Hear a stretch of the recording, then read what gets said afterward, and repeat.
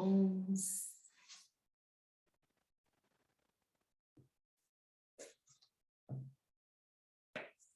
सहनौ भवतु सहनौ भुनक्तु सह वीर्यङ्करवावहै तेजस्विनावधीतमस्तु मा विद्विषावहै। ओम शांति शांति शांतिः। श्रुतिस्मृतिपुराणानाम् आलयं करुणालयं नमामि शंकरं लोकशंकरं शंकरं शंकराचार्यं केशवं बादरायणं सूत्रभाष्यकृतौ वन्दे भगवन्तौ पुनः पुनः। ईश्वरो गुरुरात्मेति मूर्तिभेदविभागिने व्योमवद्व्याप्तदेहाय दक्षिणामूर्तये नमः। ओम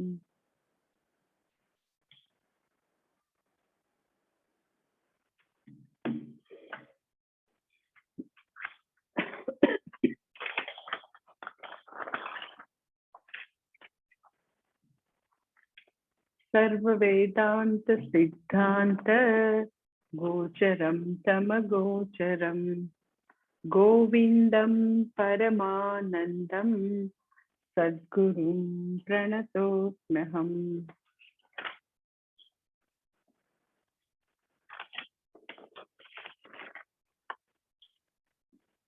विवेक चूडामणि श्लोक नंबर 31।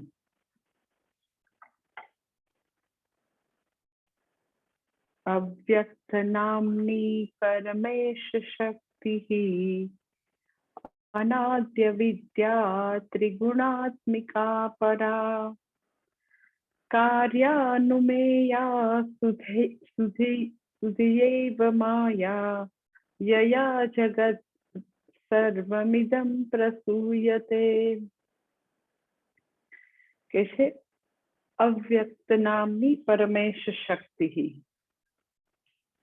31-32 બધા હવે શ્લોક જે છે 2-3 શ્લોક તો એ હવે માયાનું વર્ણન કરે છે, એ બધા શ્લોક છે કે છે અવ્યક્ત નામની અનાદિ અવિદ્યા ત્રિગુણાત્મિકા પરા પરમેશ શક્તિ। બધા વિશેષણ માયા માટે છે। શું કે છે? અવ્યક્ત અનાદि अविद्या त्रिगुणात्मिका परा परमेश शक्ति यया इदम सर्वम जगत प्रसूयते।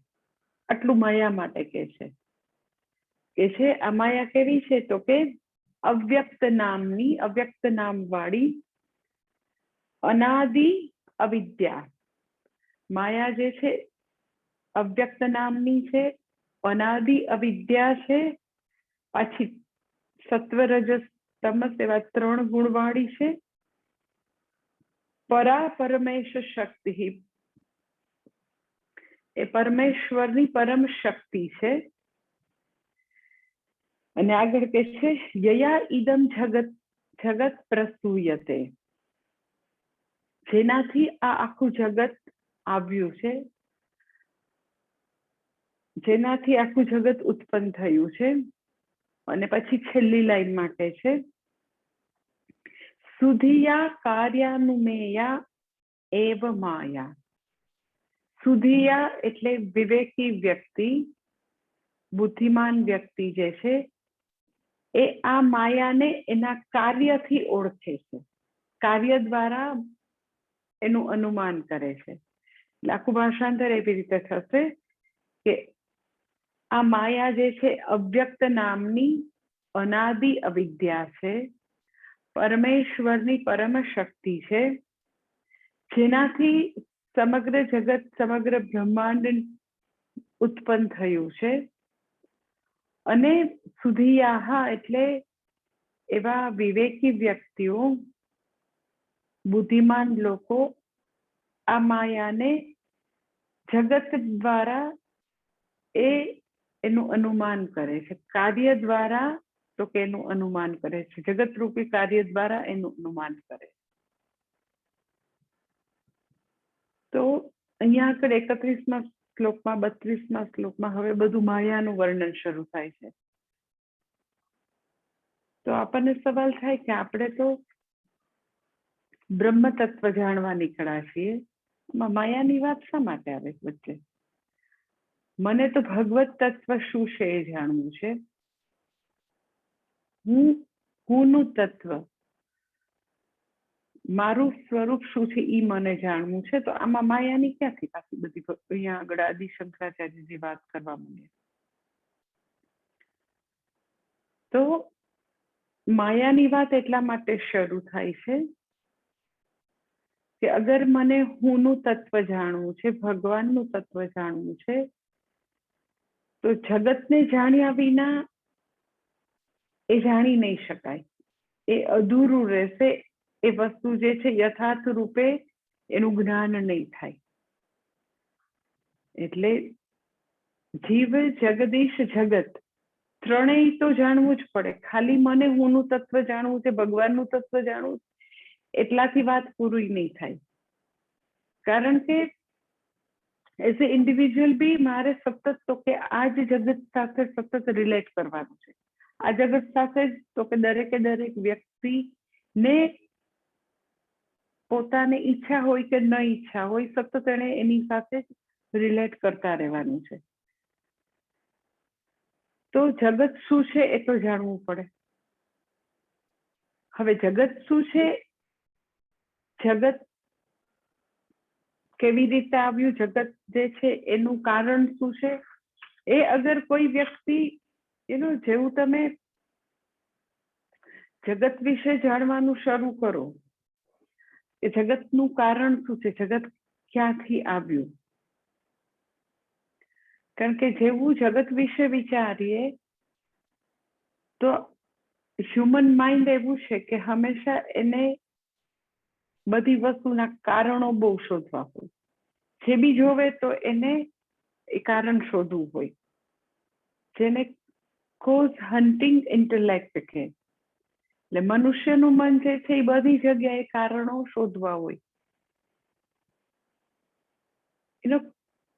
કઈ વ્યક્તિને કયું કારણ શોધવું છે એ વ્યક્તિએ જુદું હોઈ શકે. લાઈક સાયન્ટિસ્ટ હોય જેનું એકદમ જ સાયન્ટિફિક રીતે વિચારતું મન હોય, તો એને એપલ નીચે આવે વૃક્ષ ઉપરથી તો એને એવું થાય કે એમનેમ ના આવે, કંઈક કારણ હોય. એ શા માટે નીચે જ આવે છે, ઉપર કેમ નથી જતું? બીજું કશે આડાવડું બી કેમ નથી જતું, હંમેશા પૃથ્વી ઉપર જ કેમ આવે છે? તો નીચે આવે છે તો વૈજ્ઞાનિક જે છે એનું જે કોઝ હન્ટિંગ માઇન્ડ છે એ એવી રીતે વિચારશે કે આ પૃથ્વીમાં કંઈક એવો કોઈ ફોર્સ હોવો જોઈએ કે જે બધા પદાર્થોને નીચેની તરફ ખેંચે છે. વ્યક્તિએ એ કોઝ હન્ટ કરવાનું બધાને જુદું હોય, કારણો જુદા હોય. ગૃહિણી જે છે એને આટલું જ કારણ જાણવું હોય કે એની દીકરી જે છે બહુ સરસ તૈયાર થઈ હતી, જોવા આવ્યા લાગે છે. અરેન્જ મેરેજ છે એટલે જોવા તો આવ્યા હશે. ઓર કોઈ વ્યક્તિ 2-3 દિવસ એકદમ જ સવારના 5 વાગ્યામાં કશે જાય કાર લઈને, એ કારણ લાગે છે. રોજ સવારે 5 વાગે થોડું જવાનું હોય. તો તમે જો ક્યાં શું જાણવું છે એ વ્યક્તિએ બદલાશે.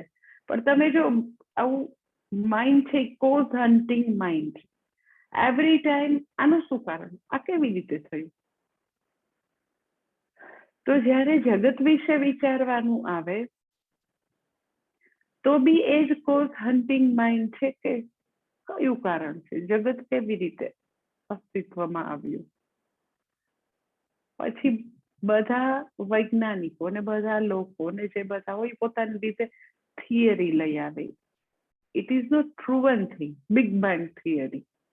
બધું કોઝ હન્ટિંગ લોકો કે એવું બિગ બેંગ બહુ મોટો આવો કંઈક હજારો વર્ષ પહેલા મોટો આવો ધડાકો થયો અને પૃથ્વી આવી, પુરાણોમાં તો કે જુદું, પુરાણોમાં એનું વર્ણન હોય, ઉપનિષદમાં વર્ણન હોય, લાઈક તૈતરીય ઉપનિષદ હોય તો એમાં વર્ણન હોય. સો કામયત બહુસ્યામ પ્રજાયેતિ સહ અકામયત બહુસ્યામ પ્રજાયેતિ સતપોતપ્યત, કે પરમ તત્વ જે છે અકામયત એને ઈચ્છા કરી, બહુસ્યામ કે હું એકમાંથી બહુ એટલે વિવિધ ઘણું બધું બનું, એકમાંથી અનેક બનું. તો પછી શું કર્યું તો કે સતપોતપ્યત ઇદગુમ અસૃજત, એને પછી આ બધું અસૃજત પછી તો કે બધું સર્જન કર્યું. પણ એની પહેલા શું હતું કે સતપોતપ્યત, તો કે એને તપ કર્યું. એવું તપ છે શું છે એ તૈતરીયમાં હવે પછી આવશે, જ્યારે પ્રત્યક્ષ રીતે પ્રવચનો બરોડામાં શરૂ થશે ત્યારે એ બધું બાકી છે. પણ જગત જે છે એનું કારણ શું છે તો કે ઉપનિષદ ખોલીએ તો આપણને ખ્યાલ આવે કે બ્રહ્મ જે છે એ એનું કારણ છે. બ્રહ્મ તત્વ જે છે એ જગતની ઉત્પત્તિનું કારણ છે.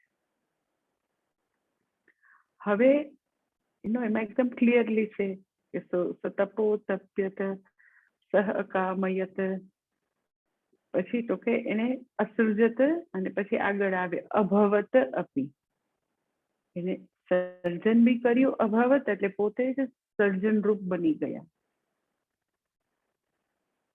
તો જ્યારે બ્રહ્મ જે છે એને કારણ બતાવે ઉપનિષદ, તો હવે આપણને વિચાર આવે કે બ્રહ્મને જો તમે કારણ કહેતા હો, બ્રહ્મ તત્વમાંથી સમગ્ર જગત આવ્યું, તો બ્રહ્મનું સ્વરૂપ તો પરમ છે, અર્થાત એમાં દેશકાલ વસ્તુત્વની મર્યાદા નથી, એ નિરવયવ છે, એ કોઈ સ્થાનમાં ગતિ કરી શકે નહીં, એમાં કોઈ પણ પ્રકારના અવયવ નથી, માટે કોઈ પણ પ્રકારના ચેન્જ પરિવર્તનો તો કે શક્ય નથી, વિકાર આવી ન શકે એમાં. અને કોઈ બી સર્જન હોય તો સર્જન ત્યારે જ થાય જ્યારે એમાં કોઈ પણ પ્રકારનું પરિવર્તન આવે તો જ સર્જન થાય, એમનેમ તો સર્જન થાય નહીં. તો બ્રહ્મ જે છે એ સર્વવ્યાપી તત્વ છે, એ સર્જન ક્યાંથી કરે, એને કોઈ હાથ પગ કશું છે તો નહીં, એ તો સર્વજ્ઞ સર્વવ્યાપી, એ નિર્ગુણ છે, નિરાકાર છે. તો નિર્ગુણ નિરાકારમાં વિકાર તો શક્ય નથી, વસ્તુત્વની મર્યાદા નથી, દેશની મર્યાદા નથી, કાલની મર્યાદા નથી. તો બ્રહ્મ તત્વ પોતે વિકાર પામી ન શકે, અને વિકાર પામ્યા વિના તો સર્જન થાય નહીં. તો જ્યારે વેદ આપણને એવું કે હા બ્રહ્મ તત્વ દ્વારા આ સમગ્ર સૃષ્ટિનું સર્જન થયું, તો પછી બ્રહ્મ જે છે એમાં વિકાર શક્ય નથી, અને છતાં બી જગત આવ્યું બ્રહ્મમાંથી, તો એ કેવી રીતે શક્ય બને? તો એનો જવાબ છે માયા, કે નિર્ગુણ નિરાકાર એ અવિકારી માયા, અવિકારી બ્રહ્મ તત્વ, જ્યારે એની સાથે માયા જોડાય ત્યારે સર્જન શક્ય બને. અને માયા સબલ બ્રહ્મ જે છે એના માટે આપણે એક નવું નામ લાવ્યા, અને એને આપણે ઈશ્વર કહીએ છીએ. એટલે એના હવે આપણે આપણી સમજ માટે એવું કહી શકાય કે જ્યારે એ નિર્ગુણ નિરાકાર તત્વ સાથે એ જ્યારે માયા સાથે જોડાય ત્યારે સર્જનની પ્રક્રિયા શરૂ થાય. તો હવે ઘણા બધા સવાલ આવે કે માયા અને બ્રહ્મ જે છે એ બે પેરેલલ રિયાલિટી છે, બે છે, કારણ કે સાંખ્ય એક બીજું એવી શાખા છે સાંખ્ય. તો એ લોકો સાંખ્ય વાળા લોકો એવું કહેતા હોય, જેવી રીતે બૌદ્ધ ધર્મ છે, જૈન ધર્મ છે, સાંખ્ય એક જુદી એવી શાખા છે, વેદથી અલગ. સનાતન જે છે ધર્મ એનાથી અલગ સાંખ્ય છે. તો એ લોકો એવું પ્રધાન અને પ્રકૃતિ એવી બે શબ્દ વાપરે, અર્થાત બ્રહ્મ અને માયા બે શબ્દ છે.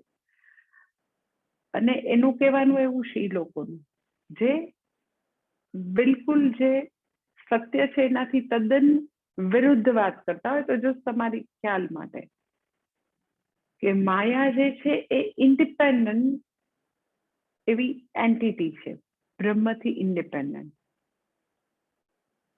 એટલે આવી બે પેરેલલ રિયાલિટી છે, બે જુદા છે. જ્યારે ખરેખર સત્ય શું છે તો કે માયા અને પરબ્રહ્મ એ બંને જુદા નથી. માયા જે છે એ તો કે બ્રહ્મ ઉપર આશ્રિત છે, એનું પોતાનું ઇન્ડિપેન્ડન્ટ અસ્તિત્વ નથી. એટલે માયા માટે અનાદિ, અવિદ્યા, પછી આવી પરમેશ શક્તિ, પરમેશ્વરની શક્તિ છે, એની પોતાની ઇન્ડિપેન્ડન્ટ એન્ટિટી નથી. એટલે તો આપણને એવું થાય તો માયા છે શું? તમે એમ કહો છો કે એકલું બ્રહ્મ તત્વ જે છે એ કઈ સર્જન ન કરી શકે. બ્રહ્મ તત્વ માયાની સાથે જ્યારે હોય, માયા સબલ બ્રહ્મ હોય, માયાની સાથે, જેને આપણે ઈશ્વર કહીએ, તો ઈશ્વરે સર્જન કર્યું. એટલે માયા ન જોડાય ત્યાં સુધી સર્જનની ક્રિયા શરૂ થવાની નથી. તો માયા જે છે એ ઇન્ડિપેન્ડન્ટ, બ્રહ્મથી ઇન્ડિપેન્ડન્ટ કોઈ એક નવું કોઈ પેરેલલ એક રિયાલિટી છે એવું બી નથી. તો છે શું માયા? તો માયા શું છે હું તમને વાત કરું. ઘણી બધી માયા શું છે એની ઘણી બધી એની બેઝિક જે બધી વસ્તુઓ છે એ ઘણી બધી અહીંયા ક્લિયર કરશે. પહેલી વસ્તુ એ કે આપણે દુનિયાની ઘણી બધી વસ્તુ એમ કહી કે લાઈક આ રિમોટ કંટ્રોલ છે, આ તો કે બુક છે કે પેજ છે, આ કમ્પ્યુટર છે, પછી આ તો કે ઉપવસ્ત્ર છે. તો તમે દુનિયાની બધી વસ્તુઓ તમે આમ પિન પોઈન્ટ કરીને બતાવી શકો કે આ છે, આ છે. તો માયા એમાંની એક વસ્તુ નથી. એટલે લોકોને મન જ્યારે માયા શબ્દ આવે તો અમુક ધર્મવાળા, મારે નામ નથી લેવું, પણ એમ કે સ્ત્રી માયા છે. એટલે એમ કે જો સ્ત્રીનું મોઢું જોઈએ તો ઉપવાસ કરવો પડે. એ પછી કેમ એની મમ્મી ન હોય, એની નાનકડી બેન ન હોય, ઓર 6 મહિનાની કોઈ દીકરી ન હોય. પણ એમ કે ઘણા એવું બોલતા હોય કે સ્ત્રી છે ટેમ્પટેશન છે, અમુક લોકો ક્રિશ્ચિયાનિટી વગેરે, અમુક જગ્યાએ તો કે એ માયા છે, અમુક એવું એમાં જ કે ભાગવત કથામાં એવી રીતે મોહિની અવતાર હોય, નારદ મુનિ જે છે એ એના માટે એવી રીતે મોહ પમાડવા માટે ભગવાન મોહિની અવતાર કર્યો હોય. તો બધાને એવું થાય કે માયા કે મોહ, મોહિની બધું સ્ત્રી જ હોય. જ્યાં બી એવું કઈક વસ્તુ આવે તો એવું બધાને ફિક્સ આઈડિયા છે કે સ્ત્રી એટલે માયા. તો પેલી વસ્તુ આપણને આ ખબર હોવી જોઈએ કે માયા કોઈ સ્ત્રી નથી કે પુરુષ નથી કે દુનિયાની કોઈ વસ્તુ નથી. એવું કઈ છે જ નહીં માયા. હા, કોઈ એમ કે આ જો ને સંસાર, આ બધી માયા ઝાડ અમારી, તો એ બી નથી. સંસાર ગૃહસ્થાશ્રમ થી પણ માયા નથી. એટલે માયા જે છે ને તમે કોઈ એવી કોઈ ટેન્જિબલ કોઈ વસ્તુ તરીકે માયાને કહી ન શકો કે સંસાર એટલે માયા, સ્ત્રી એટલે માયા, સોનું એટલે માયા, પૈસા એટલે માયા. ધનને પણ ઘણા બધા માયા કહેતા હોય છે. તો માયા છે શું? તો કે માયા જે છે એ ખરેખર દુનિયાની, મેં તમને કીધું ને કે મનુષ્યનું મન સતત આવું કોઝ હન્ટિંગ ઇન્ટેલેક્ટ છે ને એને કારણ શોધ્યા કરે. આનું શું કારણ, આનું શું કારણ, જગત ઉત્પત્તિનું શું કારણ? તો એ કારણ સમજાવવા માટે એક શબ્દ આપ્યો જે સતત કારણ શોધ્યા કરે છે ને એક એવો શબ્દ આપ્યો કે ઓકે માયાથી છે, પણ માયા નામની કોઈ વસ્તુ નથી. એટલે માયા માટે ઘણીવાર આવી પણ વ્યાખ્યા આપતા હોય, સા માં યા માયા. માં એટલે જે નથી, સા એટલે સ્ત્રીલિંગ શબ્દ છે માયા માટે. સ્ત્રીલિંગમાં સા કે પુલ્લિંગ હોય તો સહ કે સા માં કે જે ખરેખર નથી, યા માયા. એટલે માયા એવું ખરેખર કોઈ એવી ટેન્જિબલ વસ્તુ નથી, એક વસ્તુ જે મને નથી સમજાતી, જેનું કારણ મને ખબર નથી પડતી, તો એવું કીધું કે માયા છે. માયાને કારણે આવું છે. મારું મન સતત કારણ શોધે છે કે આ જગતની રિયાલિટી શું છે, ખરેખર જગત શું છે, ક્યાંથી આવ્યું. તો એવું એક રિયાલિટી બધી વસ્તુની કે એનું સત્ય શું છે, ખરેખર એ શું છે, એનું હાર્દ શું છે, જગત જે છે એ ખરેખર શું છે, એનું હાર્દ શું છે. તો આવી ફિઝિક્સમાં તમને ખબર હશે કે એવી રીતે આવું એવી એક એની ટર્મ છે, ઓન્ટોલોજીકલ એક શબ્દ છે કે બધી વસ્તુ, કોઈ બી વસ્તુ હોય એની રિયાલિટી કે વાસ્તવિકતા સમજાવવા માટેની ફિઝિક્સમાં આવી એક નાનકડી પાછી એક એવી વસ્તુ છે કે જેમાં બધાની આવી રીતે ડેફિનેશન આપેલી હોય, ઓન્ટોલોજીકલ ટર્મ છે એને. તો એવી જ રીતે અહીંયા બી માયા છે એ ઓન્ટોલોજીકલ ટર્મ છે કે ખરેખર આ જગતની રિયાલિટી શું છે, તો કે માયા છે. એટલે માયા નામની કોઈ વસ્તુ નથી, પણ જગત જે છે એ તો કે એ આવી રીતે શેનાથી આવ્યું. મેં તમને કીધું કે બ્રહ્મ તત્વ પોતે સર્જન કરી શકતું નથી, કારણ કે એ અવિકારી છે, એ પરમ તત્વ છે. એટલે રીઝન શોધવા વાળા મનને જગતની રિયાલિટી સમજાવવા માટેનો શબ્દનું નામ માયા. એટલે માયા એક એવી ભગવાનની જેમ એક કોઈક અલગ એન્ટિટી છે એવું નથી, એ ભગવાનની જ પરમ શક્તિ છે. એ કોઈ નવી કોઈક એવું નથી કે કે આ ભગવાન છે શિવજી અને પાર્વતી એટલા બીજા માયા, એવું નથી, એવું બિલકુલ નથી કે એ પણ કોઈક એન્ટિટી છે.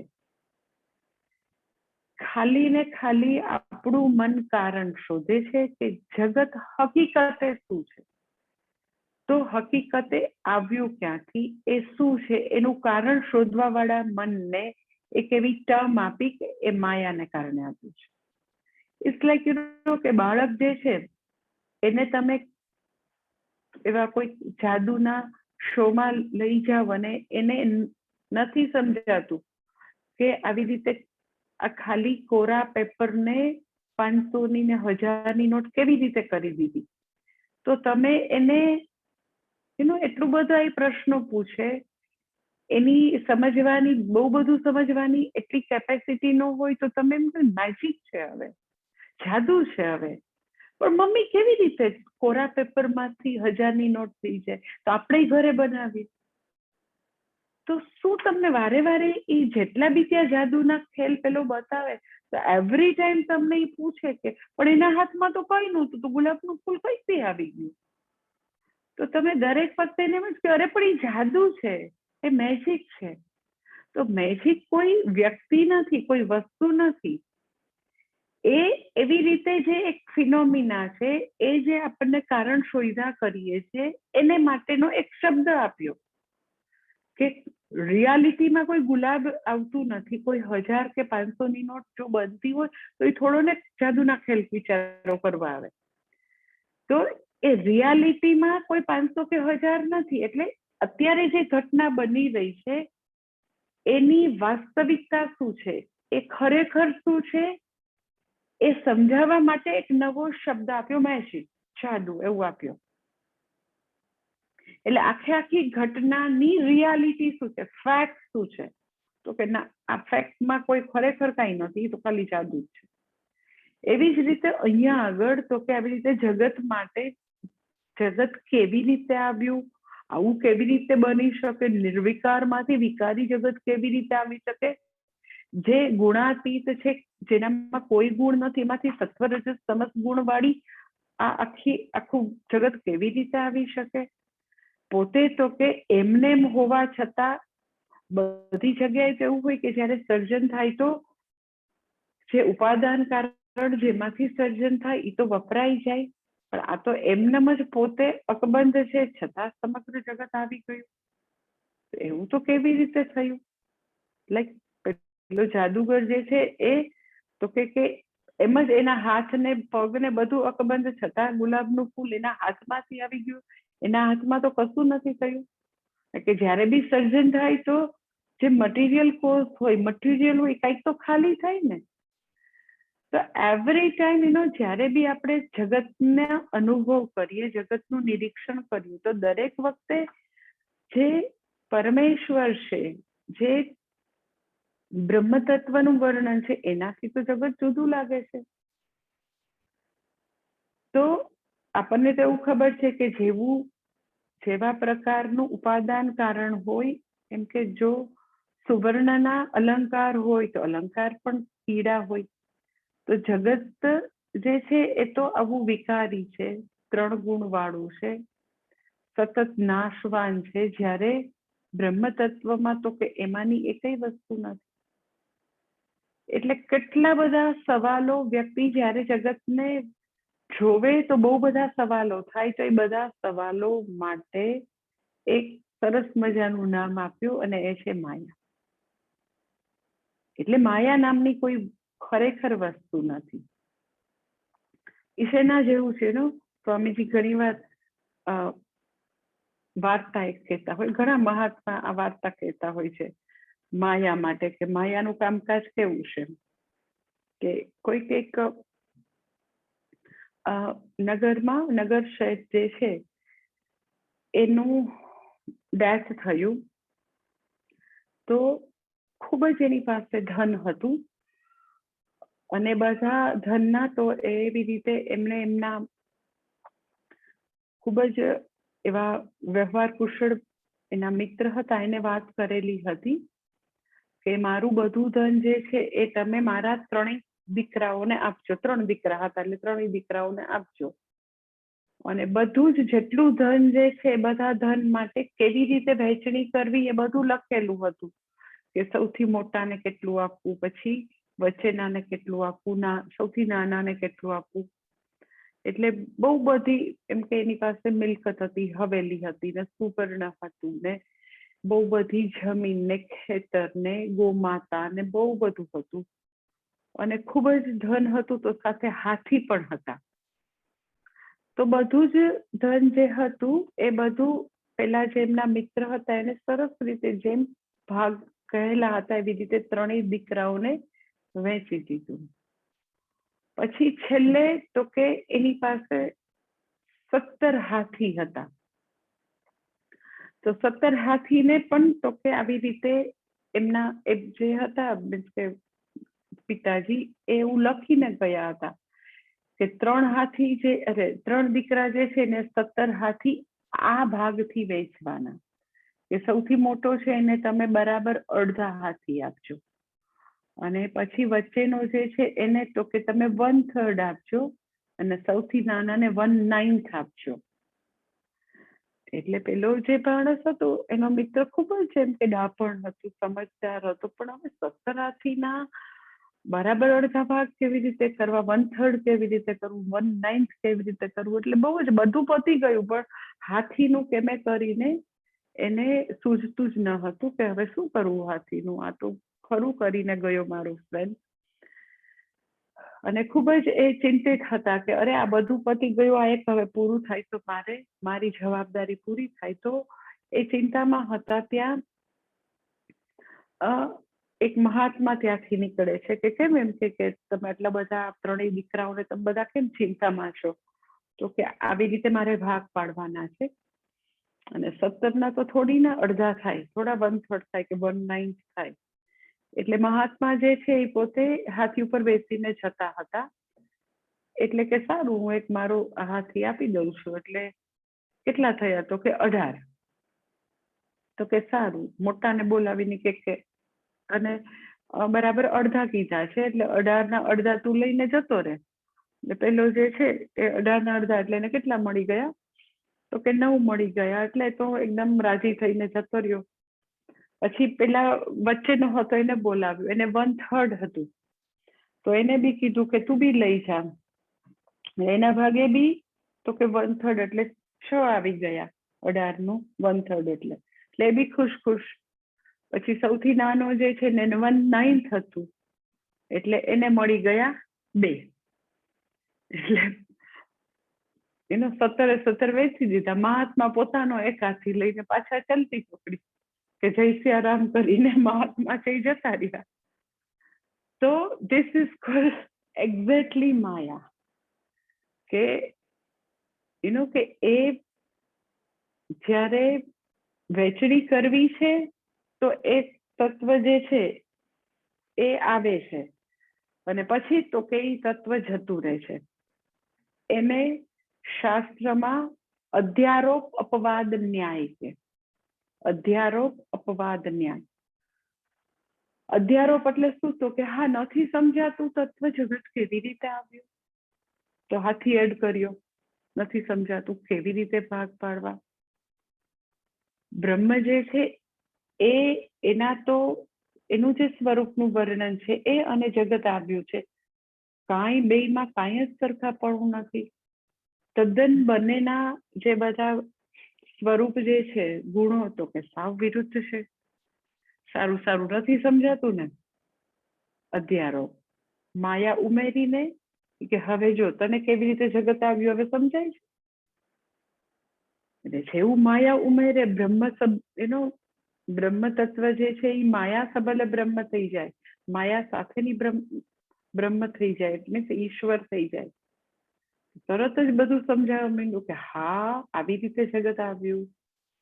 અને સો તપો તપ્યત સકામયત અભવત, એ જ જગત બન્યા. બધું સમજાવવા માંડ્યું. માયા જેવી એડ કરી એટલે તો પછી એ વ્યક્તિને એવું થવા માંડ્યું કે ઓકે ઓકે, આ બધું માયા જ છે, ખરેખર છે. તો પછીથી પાછું વળી શરૂ થાય, દેટ ઇઝ અપવાદ. એટલે ઇન્ટ્રોડ્યુસ કરે અપવાદ, એટલે પછીથી તો કે એને તરત વિડ્રોલ કરે, દેટ ઇઝ કોલ્ડ અપવાદ. વિડ્રોલ કેવી રીતે કરે? તો કે જેવું બધાને એવું લાગે કે ખરેખર જગત છે, લાઈક ખરેખર ઘડો છે, તો પછી તરત જ બતાવે. ઘડો જે છે એ સમગ્ર જગતના સર્જનના સિમ્બોલ તરીકે, એક્ઝામ્પલ તરીકે હંમેશા ઘોડાનું જ અમે લોકો વાત કરતા હોય.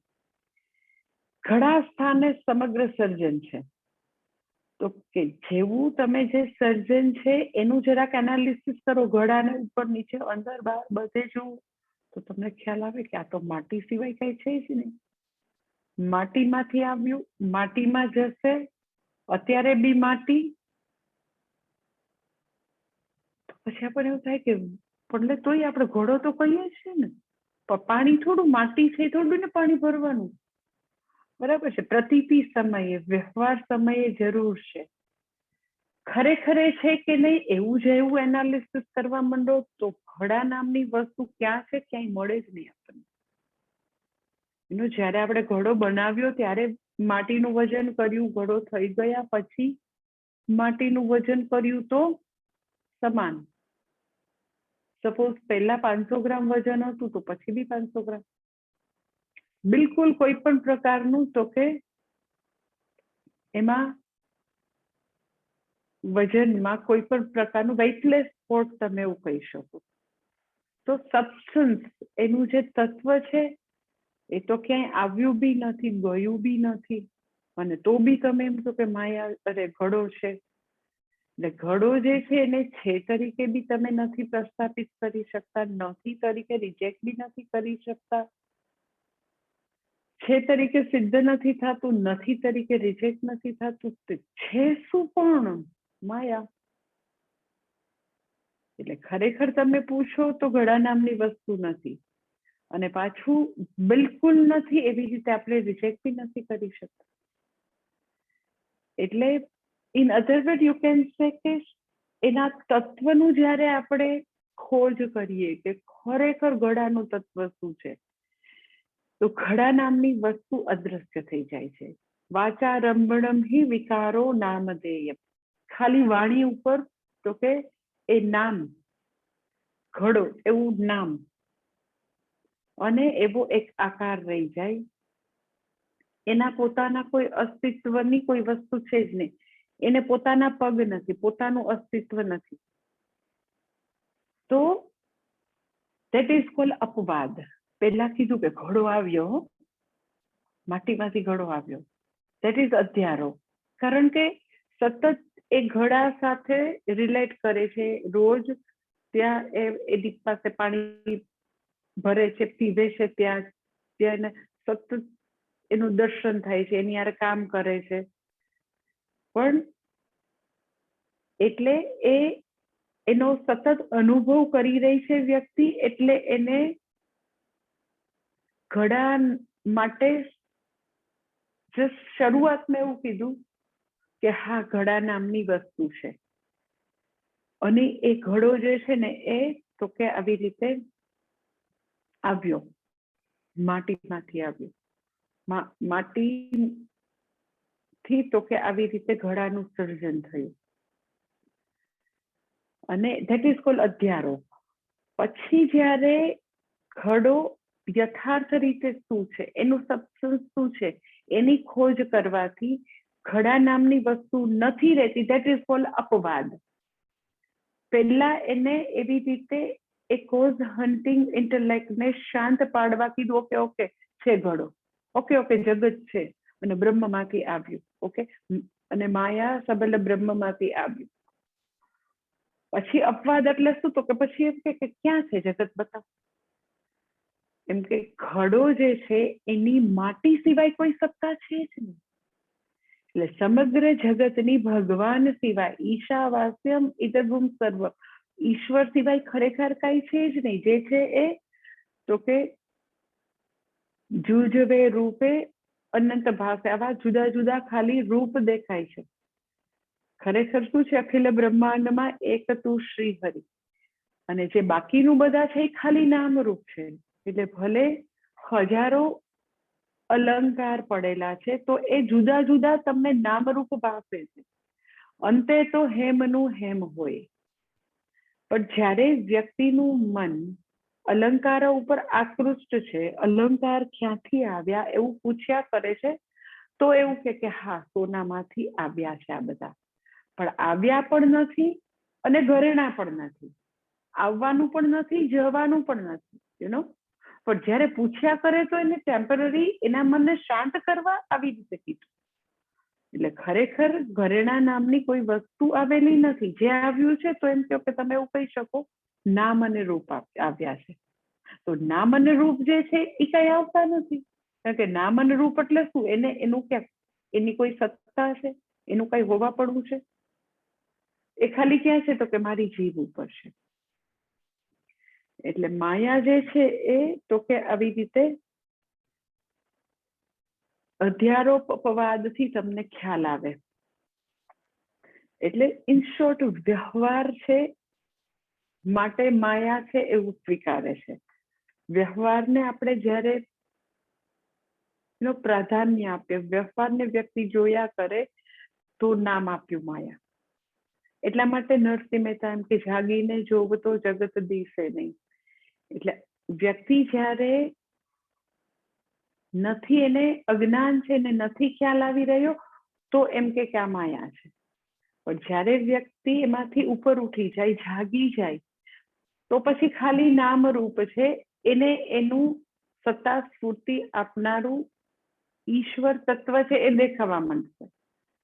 જ્યાં સુધી નથી જ્ઞાન નથી ત્યાં સુધી તો કે નામ રૂપ એને સત્ય દેખાય છે. જાગી જાય વ્યક્તિ તો એને ખબર પડે છે કે નામ રૂપ સત્ય નથી, ઘડો જે છે એ નામ આકારી સત્ય નથી, માટી સત્ય છે. એટલે કે છે અહીંયા આગળ કે આવી અવ્યક્ત નામની અનાદિ પરમેશ શક્તિ, પરાશક્તિ આવી, તો કે ભગવાનની આવી પરમ શક્તિ છે કે જેનાથી યયા જગત સર્વમ ઇદમ પ્રસૂયતે, જેનાથી તો કે આખું જગત આવ્યું. સર્વમ જગત, સર્વમ શબ્દ જ્યારે બી હોય તો પૂજ્ય સ્વામીજી હંમેશા એમ કે સર્વમ શબ્દને ગ્લાસ ઓવર કરવાની બદલે સર્વમ એટલે સમજવાની જરૂર છે. જ્યારે બી સર્વમ આવે તો સર્વમ એટલે જ્ઞાત અને અજ્ઞાત બંને. જે શક્તિ દ્વારા યયા જગત સર્વમ ઇદમ પ્રસૂયતે, છેલ્લી લાઈન છે ને, યયા એટલે જેના દ્વારા સમગ્ર સર્વ જગત પ્રસૂયતે એટલે ઉત્પન્ન થયું. સર્વમ એટલે જ્ઞાત અને અજ્ઞાત, નોન અને અનનોન, જે કઈ છે એ બધું જ. જ્ઞાત એટલે શું, તો કે જેનું મને જ્ઞાન છે, એ જેને આપણે જાણીએ છીએ. અજ્ઞાત એટલે શું, તો કે મને એનું જ્ઞાન નથી, આપણે એને જાણતા નથી. એટલે તમે જ્ઞાત પ્લસ અજ્ઞાત કયો એટલે સમગ્ર બ્રહ્માંડને તમે કવર કરી શકો. સર્વ એટલે શું, ક્યાંય બી અધ્યાત્મમાં સર્વ શબ્દ આવે, સર્વ જગત, યયા જગત સર્વમ, સર્વ એટલે શું, તો કે જેને આપણે જાણીએ છીએ, જેને આપણે નથી જાણતા, એ બંને ભેગું થાય એટલે બધું જ આવી જાય. પછી જ્ઞાતમાં પણ પાછું ઘણું બધું અજ્ઞાત હોય. આપણે એમ કહીએ કે મને છે ને એ ખબર છે કે આ કમ્પ્યુટર શું છે, મને આવડે, ઝૂમ ચાલુ કરતા આવડે, તો ઓકે આટલું જ્ઞાત છે. પણ પછી એમાં બીજી એવી 100 એવી વસ્તુ હોય કે જે એબ્સોલ્યુટલી, તો કે ગૃહિણી માટે, જે લોકો એટલા વર્કિંગ ન હોય તો એના માટે અજ્ઞાત હોય. આપણે એમ કે આ બધું તમને નથી ખબર, તો એમ કે પણ અમારે ખાલી ઝૂમ ચાલુ કરતા આવડે, એનું વોલ્યુમ આવડે, બંધ કરતા આવડે, તો અમને એનાથી વધારે જરૂર નથી. તો સ્માર્ટફોન વાળા તો એમાં 500 વસ્તુ મૂકે, આપણે થોડી બધી વાપરવી જરૂરી છે, અમારે તો આટલું થઈ જાય એટલે ઇનફ છે. એટલે જેને તમે જ્ઞાત કહો કે મને મોબાઈલ ખબર છે, મને કોમ્પ્યુટર ખબર છે, એમાં બી બહુ બધું અજ્ઞાત છે. ટૂંકમાં સર્વ શબ્દ કયો એટલે તો કે બધું જ આવી જાય. એટલે કે છે યયા જગત સર્વમ ઇદમ પ્રસૂયતે, એ માયા શક્તિ વડે પરબ્રહ્મએ તો કે આખું જગત ઉત્પન્ન કર્યું. કેવી છે, તો કે અવ્યક્ત નામની પરમેશ શક્તિ.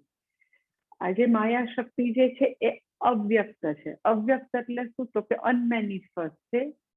એ હંમેશા વ્યક્ત હોય એવું નથી. જ્યારે જગત નો પ્રલય થાય, બીજા અવસ્થામાં જગત હોય, તો એ શક્તિ જે છે એ અવ્યક્ત છે અત્યારે. તો એ અવ્યક્ત થશે માયા, પછી જગત આવતા વ્યક્ત થાય, પાછી અવ્યક્ત થાય. ભગવાન અવ્યક્ત નથી થઈ જતા, ભગવાન સુઈ નથી જતા ક્યારે.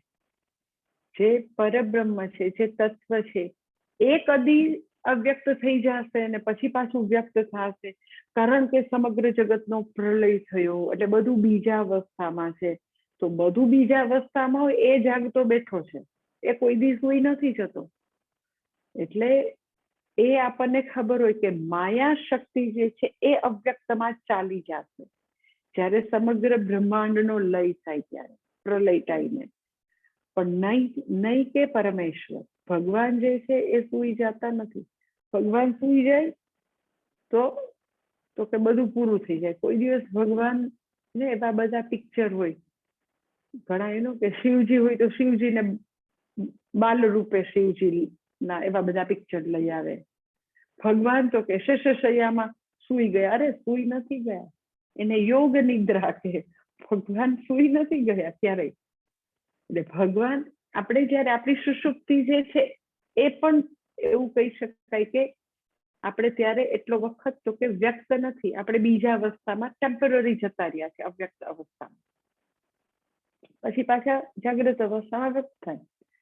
એટલે જેવી રીતે જાગ્રતમાંથી સુષુપ્તિ એ જેમ અવસ્થા છે, એમ તો કે આવી રીતે સમગ્ર સૃષ્ટિમાં તે તો કે વ્યક્ત અને અવ્યક્ત અવસ્થા હોય, મેનિફેસ્ટ અનમેનિફેસ્ટ, આવું સાયકલ ચાલ્યા કરે. તો માયા અવ્યક્ત થાય, માયા અનાદિ છે, અવ્યક્ત થઈ જાય. ભગવાન અવ્યક્ત થતો નથી. ભગવાન આવી રીતે મેનિફેસ્ટ અનમેનિફેસ્ટ થાય એનું નથી થવાનું. એવું એ અવ્યક્ત નામની પરમેશ શક્તિ અનાદિ અવિદ્યા છે. અને પાછી કેવી છે તો કે ત્રિગુણાત્મિકા છે. એ તો કે 3 ગુણો વાળી છે.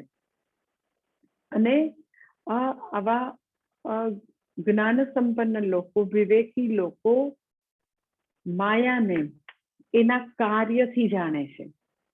એ 3 ગુણો વાળી છે. ખબર કેમ પડે તો કે આખું જગત એવું 3 ગુણો વાળું દેખાય છે. જગતમાં તો કે આવા વ્યક્તિઓમાં 3 ગુણો દેખાય. એક વ્યક્તિમાં દિવસના જુદા જુદા સમયે તો કે એને પણ 3 ગુણો દેખાય. એનામાં પણ વ્યક્તિઓ જે છે, તમે જગતની આમ બધા સ્પીસીસ બધું જ જો ઓલ ઓવર સમષ્ટિના લેવલે તો ત્યાં પણ 3 ગુણો છે. એટલે આપણે એવું કહીએ કે સમગ્ર સૃષ્ટિમાં વહેલી સવારે સત્વગુણની પ્રધાનતા હોય, પછીથી તો કે સૂર્ય ભગવાન આવે પછીથી નો સમય હોય તો ધીરે ધીરે રજસ ગુણની પ્રધાનતા થાય. રાત પડે એટલે તમસ ગુણ. એટલે સમષ્ટિના લેવલે પણ આ 3 ગુણો હોય.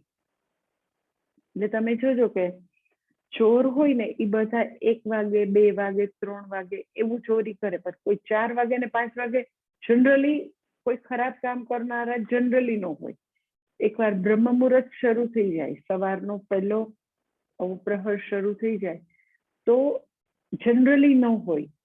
શા માટે તો કે એવો સમષ્ટિ સત્વ ગુણ હોય કે ત્યારે સમષ્ટિમાં એવા પ્રકારનો આખો માહોલ હોય.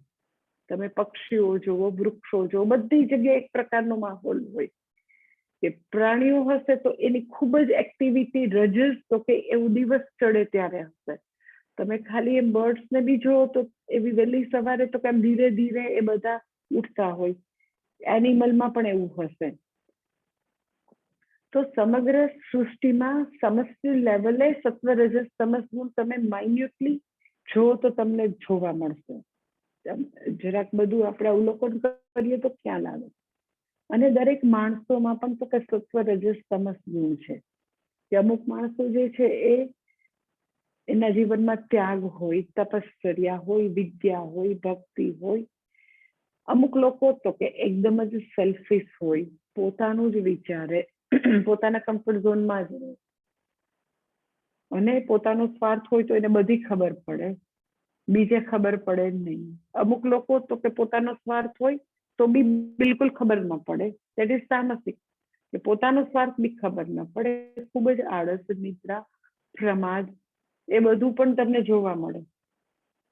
તો મનુષ્યમાં તો કે વ્યક્તિ લેવલે, સમગ્ર સૃષ્ટિમાં સમષ્ટિ લેવલે આ 3 ગુણો જોવા મળે. ખાલી તમારે બારીકાઈથી અવલોકન કરવું પડે પોતાનું અને જગતનું, તો તમને 3 ગુણો સ્પષ્ટ રીતે જોવા મળે. તો એવા જ્ઞાની લોકો, એટલે એના માટે સુધિયાહા શબ્દ વાપરે. સુધીહી, ધી એટલે બુદ્ધિ, સુધીહી એટલે જે લોકો વિવેકી વ્યક્તિ છે, જ્ઞાન સંપન્ન લોકો છે, એવા લોકો સૃષ્ટિને આવી જોવે છે, સમગ્ર સૃષ્ટિને, કે જેની અંદર 3 ગુણો છે એવી જોવે છે. એટલે અનુમાન લગાવે છે કે માયા ત્રિગુણાત્મિકા છે. એ ત્રિગુણાત્મિકા માયાનું કારણ જગત છે. જગતમાં જો આ 3 ગુણો દેખાય છે. એટલે જગત કાર્ય ઉપરથી તો કે એ કારણ, માયારૂપી કારણનું એ લોકો અનુમાન લગાવે છે. કોણ? તો કે આવા સુધિયા વિવેકી લોકો, જ્ઞાન સંપન્ન લોકો.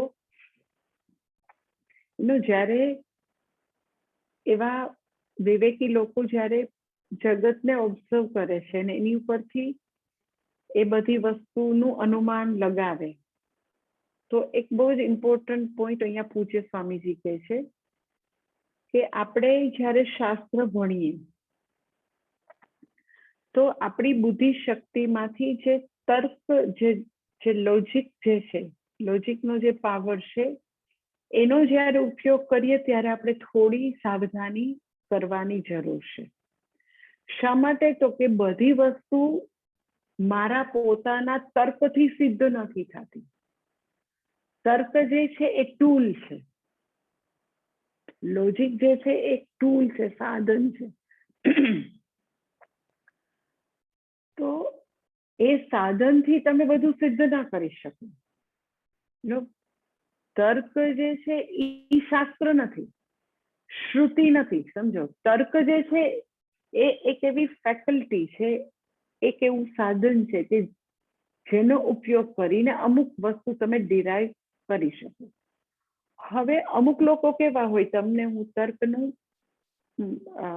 કઠોપનિષદમાં એ મંત્ર આવે છે, આઈ ડોન્ટ નો થઈ ગયો કે નહીં, નૈષા તર્કેણ મતિરાપને, બહુ જ સરસ છે એ. કે તર્ક માટે એવું છે કે એવા જે પોતાની જાતને બુદ્ધિમાન માનતા હોય ને એવું જ માને કે બધું તર્કથી જ સિદ્ધ થઈ જાય. કયા તર્કથી? તો કે જે હ્યુમન માઇન્ડ જે રીતે તર્ક કરી શકે, પોતાની રીતે પોતે તર્ક લડાવ્યા કરે કે આમ છે તો આમ જ થવું છે. આ કોઈએ જોયું કે સ્વર્ગ છે? કઈ એવો ડેટા છે તમારી પાસે? તો સ્વર્ગ નામની વસ્તુ નથી. તમે ભગવાનને તમારી નરી આંખે જોયો? ભગવાન જેવું છે જ ને, એની મેળે જ આવ્યું છે આ જગત, એનું કઈ કારણ બારણ છે જ નહીં. તમે જોયું, તમે કર્મ કર્યા, એનું તમને એ કર્મનું આ ફળ છે, તમને ખબર પડી. એટલે એ બધી જગ્યાએ જે એક મનુષ્યનું મન જે એમ જ તર્ક કરી શકે, એ તર્કથી શાસ્ત્રની વસ્તુ સિદ્ધ કરવાનો પ્રયત્ન. કે કર્મો જોયા છે, કર્મફળ જોયું જ તમે. કોણે કીધું કે હવે બીજો જન્મ છે? જન્મ છે જ નહીં. ભસ્મીભૂત હશે દેહ હશે પુનરાગમનમ, કેમ એકવાર દેહ ભસ્મીભૂત થયો તમે પાછા આવતા જોયા? એટલે આવા જેને તમે કુતર્ક કહી શકો, ઓર સમટાઈમ સ્વિમિંગ લોજિક કહી શકો,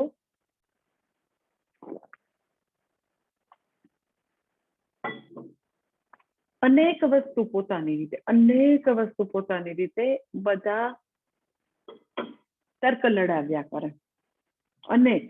અને એને કારણે જ વિવિધ આવા બધા પંથ છે, કલ્ટ છે, જે જુદી જુદી આવી થિયરી છે, જે ફિલોસોફી જુદી જુદી અનેક આવી, તો એ પોતાના તર્કથી. શિવલિંગ છે એની ઉપર ઉંદર ફરે ને તો કઈ મૂર્તિ હોતી હશે? એવું કઈ હોતું હશે? એવું કઈ ન હોય. શું કામ? તો કે જો આટલી આનામાં આ ભગવાન છે ને એનામાં એટલી તાકાત નથી કે ઉંદરને પોતે દૂર કરી શકે, તો એવી કઈ મૂર્તિ પૂજા કે એવું કરવાની જરૂર નથી, ફેંકેલી મૂર્તિ નથી. સમજાય છે? એટલે પોતાની રીતે મનગઢ બધા લોજિક જે લોકો હોય બધાએ ઉપજાવી કાઢેલા. પણ એ લોકોને પોતાના તર્ક રજૂ કરવા માટે એની પાસે ભયંકર દલીલો હોય અને ખૂબ જ જનૂનપૂર્વક કરતા હોય. સામેની વ્યક્તિ જે છે એને જેને બી એ કન્વિન્સ કરવાની એને લોજિક આપે તો એને એ તર્ક જે છે એ સ્વિમિંગ લોજિક છે, કુતર્ક છે, એ બધું જ એકદમ જ એમાં કઈ છે જ નહીં, કોઈ પાયા વગરનું બધું છે, એવું જોવાની સામેની વ્યક્તિમાં શાર્પનેસ ન હોય, એવી એને ક્લેરિટી ન હોય. એટલે એ બધા લોકોને આવી રીતે કન્વર્ટ કર્યા કરે, આવી રીતે એવું એ લોકોનું મગજ ફેરવ્યા કરે. એટલે તમને આટલી ખબર હોય કે તર્ક જે છે ને એના માટે એક જ શબ્દ છે કે શ્રુતિ સંમત તર્ક કરવાનું છે. શ્રુતિ સંમત. શ્રુતિમાં જે કીધું છે એની સાથે સાથે ચાલતો તર્ક છે. મારું મન જે બધા લોજિક અને જે બધા સ્ટેપ્સ ડિરાઈવ કરે એ તર્ક જે છે એ કુતર્ક છે. એનો ક્યાંય એન્ડ છે જ નહીં, એની ક્યાંય ગતિ જ નથી. એ વ્યક્તિને કશે નહીં લઈ જાય, પરંતુ વ્યક્તિને તો કે આવા શંકાના, દ્વિધાના, વેગનેસના દરિયામાં નાખી દેશે, બિચારો બહાર જ નહીં આવી શકે. એટલે એવા કુતાર્કિકની ક્યાંય એવી ગતિ જ નથી, એને શાંતિ જ ન હોય. એટલે અમુક લોકો કન્ટિન્યુઅસ આવી બધા દલીલ કરતા હોય ને એમાં દલીલમાં ભાગડ લીધા કરે. અને જવાબ જ આપ્યા કરે.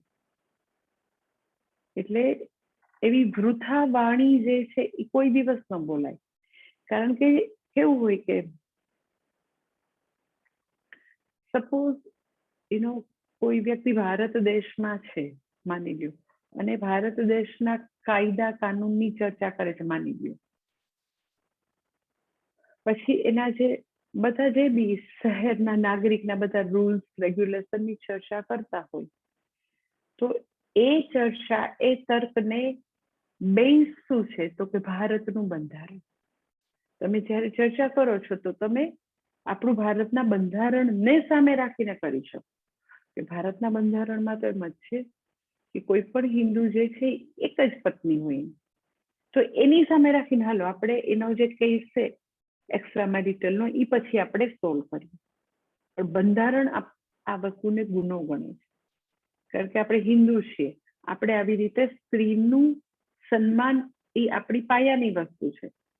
તો આજે એક કેસ સુલઝાવવો છે, કોઈ વ્યક્તિ વ્યભિચારી છે, એક્સ્ટ્રા મેરિટલ નું એનું રિલેશનશીપ છે, તો મન ફાવે એવી કોઈ દલીલો ત્યાં ન કરી શકે કે ના ના ના બધાને તો ફ્રીડમ હોય. અરે પાગલ જેવી વાતો નથી કરવાની.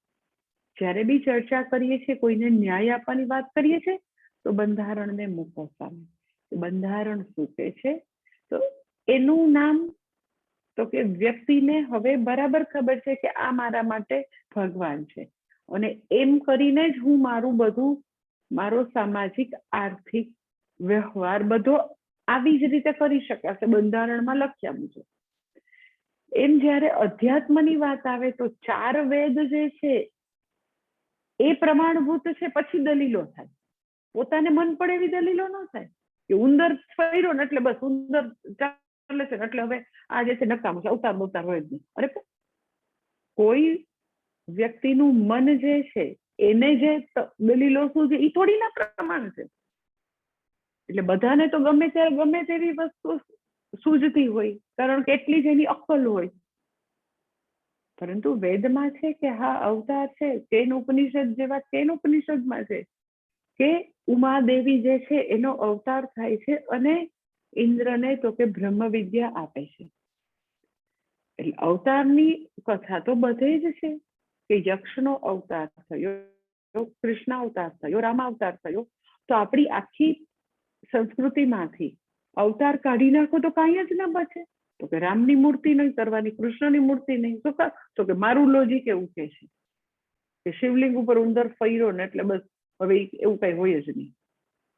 એટલે સમજાય છે કે એ વ્યક્તિને એવું થયું, જે બી વ્યક્તિ હોય, કે ઉંદર ફર્યો, લિંગ ઉપરથી આંટા મારે છે, માટે હવે એવું કઈ મૂર્તિની પૂજા કે શિવલિંગની પૂજા હોય જ નહીં. અરે પણ તો તમારી બુદ્ધિ શું કહે છે, તમારું લોજિક છે એ માન્ય કે પ્રમાણભૂત નથી. વેદ ખોલો, વેદ શું કહે છે. એટલે ક્યારેય બી તર્ક જે છે એ વ્યક્તિ પોતાની રીતે ન લડાવી શકે, પોતાને મન ફાવે એવી રીતે જુદા જુદા કલ્ટ ડિરાઈવ ન કરી શકે. એટલે અહીંયા સુધિયાહ એવા સુધીહી લોકો, જેની સુષ્ટુ બુદ્ધિ, જે લોકો જ્ઞાન સંપન્ન છે, વિવેકી વ્યક્તિ છે, જે લોકો હંમેશા શ્રુતિ સંમત તર્ક કરનારા છે. શ્રુતિ સંમત તર્ક, બસ ક્યારેય બી તર્ક કરવાનો છે. લોજિક છે તો લોજિક વાંધો નથી, ટૂલ છે, સાધન છે. મગજ બંધ કરીને કઈ શ્રવણ નથી કરવાનું, વાપરવાનો જ છે. પરંતુ મારા માટે જેવી રીતે ભારતનું બંધારણ ભારતના નાગરિક માટે ભગવાન છે, એમ વેદ મારા માટે વેદ નારાયણ છે, મારા માટે ભગવાન છે. એમાં શું લખેલું છે એ પ્રમાણે હું તર્ક કરું. મારા મનગઢત કપોલકલ્પિત તર્કને કોઈ સ્થાન નથી. હું કન્ફ્યુઝ થાઉં અને કરોડો ને લાખો લોકોને અનેક જનરેશન સુધી આપણે કન્ફ્યુઝ કરવાનું પાપ આપણા ઉપર આવે. એટલે તો કે એવા સુધીહી લોકો, આવા સુષ્ટુ બુદ્ધિ વાળા લોકો, તો કે શ્રુતિ સંમત તર્ક કરનારા લોકો જગતને જોઈ અને તો કે માયાના સ્વરૂપ વિશે અનુમાન લગાવે છે. શું કહે છે, કેવી માયા છે? તો કે હવે એના પછીના શ્લોકમાં છે એ આપણે હમણાં થોડું નાનકડું વેકેશન પડી જશે એ ઓકે હું કહું પછી એના પછી પેલા આપણે પ્રેયર કરી લઈએ. ઓમ પૂર્ણમદ પૂર્ણમિદં પૂર્ણાત પૂર્ણમુદચ્યતે પૂર્ણસ્ય પૂર્ણમાદાય પૂર્ણમેવાવશિષ્યતે. ઓમ શાંતિ શાંતિ શાંતિ. હરિ ઓમ શ્રી ગુરુભ્યો નમઃ. હરિ ઓમ.